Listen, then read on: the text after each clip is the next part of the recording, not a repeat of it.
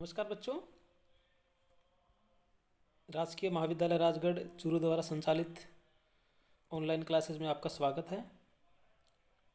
पिछली कक्षा में हमने प्रकृति के सुकुमार कवि सुमित्रानंद पंत की कविता एक तारा का अध्ययन किया। आज हम उन्हीं की एक प्रसिद्ध कविता नौका विहार का अध्ययन करने जा रहे हैं। छायावादी कवियों या छायावाद के जब हम प्रवृत्तियों का अध्ययन करते हैं तो एक प्रवृत्ति मुख्य रूप से उभर करके सामने आती है, और जब बात हम पंत कवि की करते हैं तो उन्हें तो प्रकृति का सुकुमार कवि ही कहा गया है। प्रकृति का जितना सजीव वर्णन कवि पंत ने किया है, और कवि पंत ने प्रकृति का वर्णन मानवीकरण अलंकार का प्रयोग करते हुए कवि ने किया है। नौका विहार कविता में कवि पंत ने रात्रि में गंगा नदी की जो शोभा है, सुंदरता है, उसका वर्णन किया है कि रात्रि के समय गंगा नदी किस तरह से उन्हें आकर्षित कर रही है। देखिए क्या है। शांत स्निग्ध ज्योत्स्ना धवल अपलक अनंत नीरव भूतल पर सेकत सया पर दुग्ध धवल त्वंगी गंगा ग्रीष्म विरल लेटी है श्रांत क्लांत निश्चल। कवि ने गंगा नदी को एक नायिका के रूप में चित्रित करते हुए कहा है कि रात्रि के समय भूतल मतलब धरातल पर सर्वत्र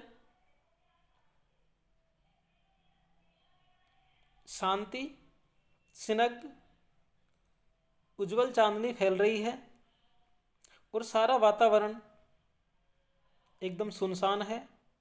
एकमात्र नीरव यानी नीरवता अनंत जिसका कोई अंत नहीं है, पूरे वातावरण में नीरवता व्याप्त है।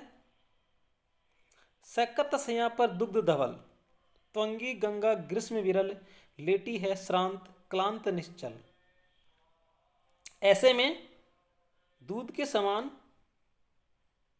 सकत सया पर दुग्ध धवल, ऐसे में दूध के समान सफेद राशि या सफेद रेत की राशि, ऐसे में दूध के समान सफेद रेत राशि की सैया पर ग्रीष्म ऋतु के कारण कम जल वाली अतः एवं कृश अंगों वाली नायिका जैसी गंगा नदी अति थकी हुई है, व्यथित हुई तथा निश्चल बनी हुई लेटी हुई है। देखिए, त्वंगी गंगा यानी कृश अंगों वाली ग्रीष्म ऋतु है, ऐसे में गंगा नदी एक मंद गति से बह रही है।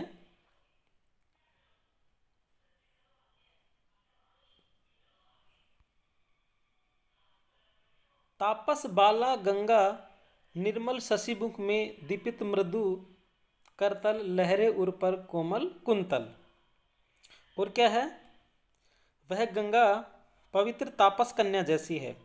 तापस बाला गंगा कि वह गंगा पवित्र तापस बाला जैसी है, निर्मल और निर्मल है, शशि मुख में दीपित मृदु करतल और उसके चंद्रमा रूपी मुख से कोमल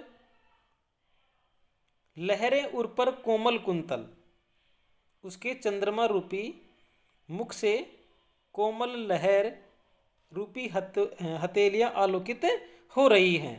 करतल मतलब हथेलियां। गोरे अंगों पर सिहर सिहर लहराता तार तरल सुंदर चंचल अंचल सा नीलांबर। और क्या हो रहा है, गोरे अंगों पर सिहर सिहर, उसके वक्ष स्थल पर लहरें उर पर कोमल कुंतल, उसके वक्ष स्थल पर लहरें कोमल बालों के समान फैल रही हैं।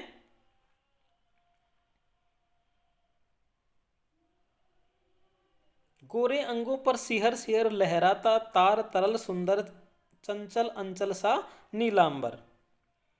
उस गंगा रूपी नायिका के गोरे अंगों पर, गोरे अंगों पर यानी उस नायिका रूपी गंगा रूपी नायिका के गोरे अंगों पर बार बार लहराता हुआ, लहराता तार तरल सुंदर चंचल अंचल सा नीलांबर, यानी उस गंगा रूपी नायिका के गोरे अंगों पर बार बार लहराता हुआ सुंदर धागों का बुना हुआ चंचल अंचल जैसा नीला आकाश फैला हुआ है, अर्थात उसके गोरे अंगों को पतले नीले वस्त्रों ने आवृत कर रखा है। उसमें गोलाकार कोमल लहरें इस प्रकार प्रतीत हो रही हैं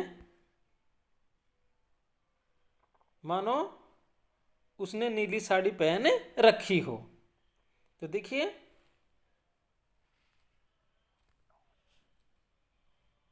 और उस साड़ी की सिकुड़न यानी सलवटों पर चंद्रमा की सुकोमल शुभ्र क्रांति फैल रही है और वह उस साड़ी में सिमटी हुई है।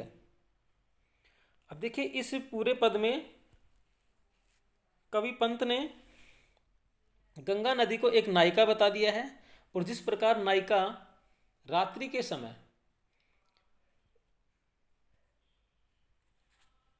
सैया पर लेट जाती है और लेटने पर उसके जो अंग हैं उन अंगों का भी कवि ने वर्णन किया है कि जैसे एक नायिका ग्रीष्म ऋतु में सैया पर लेट जाती है, ऐसे ही गंगा नदी भी सफेद रेत की सैया पर लेटी हुई है। और जिस प्रकार से एक नायिका के अंग तने हुए होते हैं या कृषि अंग होते हैं, ऐसे ही कृष अंग होते हैं, ऐसे ही गंगा नदी भी त्वंगी नायिका के समान लग रही है। श्रांत क्लांत निश्चल, और रात्रि के समय पूरे दिन के कारण जब थकान हो जाती है, ऐसे ही गंगा नदी भी एक श्रांत मतलब थकी हुई नायिका के समान लेटी हुई है। तापस बाला गंगा निर्मल शशिमुख में दीपित मृदु करतल, और जैसे नायिका का जो मुख है वो चंद्रमा के समान, चंद्रमा रूपी मुख से कोमल लहरें रूपी हथेलियां आलोकित हो रही हैं।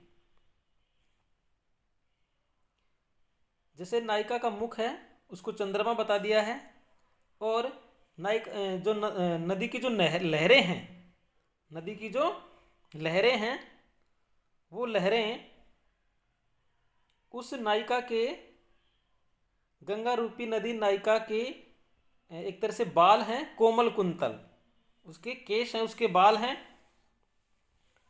गोरे अंगों पर सिर सिर लहराता तार तरल सुंदर चंचल अंचल सा नीलांबर, और जैसे नायिका अपने शरीर पर कोई वस्त्र धारण कर लेती है, ऐसे ही गंगा रूपी नायिका ने भी आकाश रूपी नीला अंचल धारण कर रखा है। तो इस तरह से कवि पंत ने इस पद में गंगा नदी को गोरे अंगों वाली नायिका बताया है। उसकी केश राशि है वो नीली और काली है। उसने नीले अंग की, क्योंकि आकाश नीला है तो वो नीला आकाश उस नायिका की क्या हो गई, गंगा रूपी नायिका की साड़ी हो गई, और उसके कपड़ों पर निर्मल चांदनी फैल रही है। प्रकृति पर मानवीय व्यापारों का आरोप किया गया है, साथ ही गंगा की रात्रिकालीन शोभा का चित्रण किया गया है। धन्यवाद।